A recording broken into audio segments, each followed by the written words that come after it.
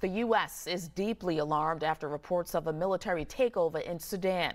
BNC's chief foreign affairs correspondent Nayyera Haq joins us now to tell us exactly what is happening in this region.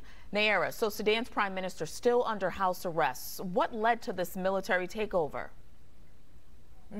Sudan has for quite some time been in a power-sharing agreement after protests in the Arab Spring led to the defeat of the military. Now, it was a dictatorship, slowly becoming a democracy because of the power of protests, and so many of the images were of black women, the women leading these democracy moments.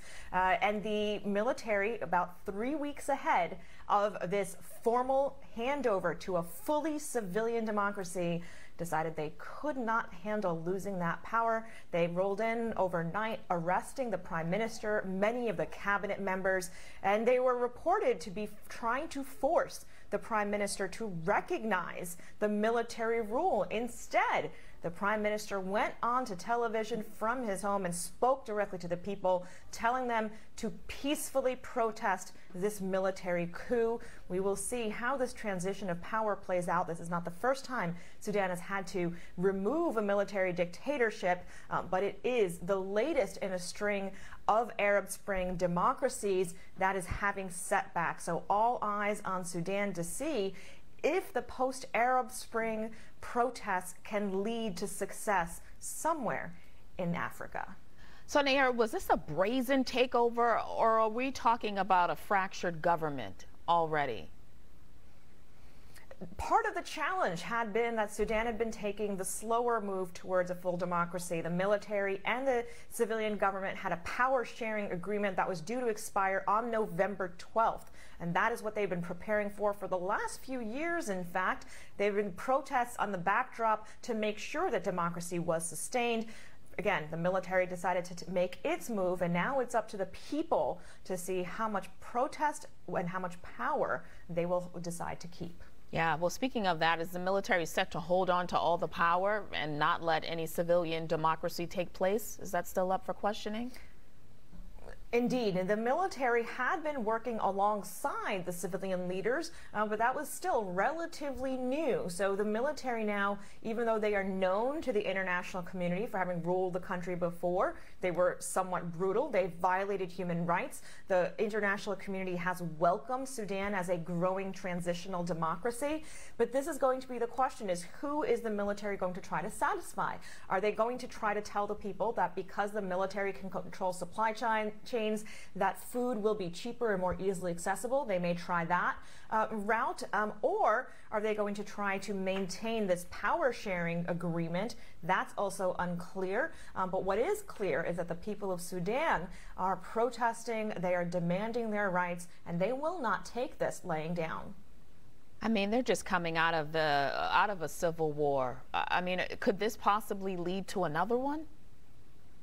That's part of why people are concerned, and we're talking about Sudan right now because it was the most recent hope for democracy in that part of the African continent.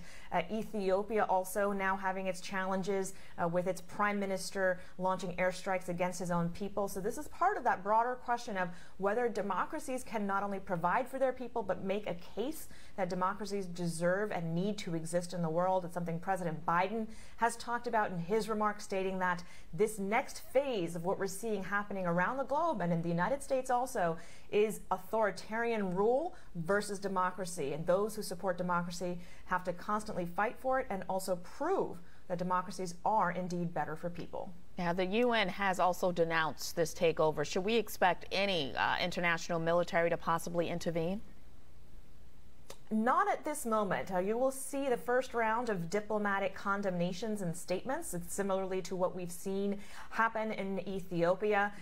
We will see potentially some sanctions being levied against the military government. That would be the next diplomatic tool, because the military really can't function as a government if it doesn't have access to money. Those sanctions might work, but there's going to be hesitancy, particularly as the United States comes out of Iraq and Afghanistan, for U.S. military forces to get involved with boots on the ground and helping other governments use military to defend democracy. So the world does know that the United States is not using its military footprint that way these days.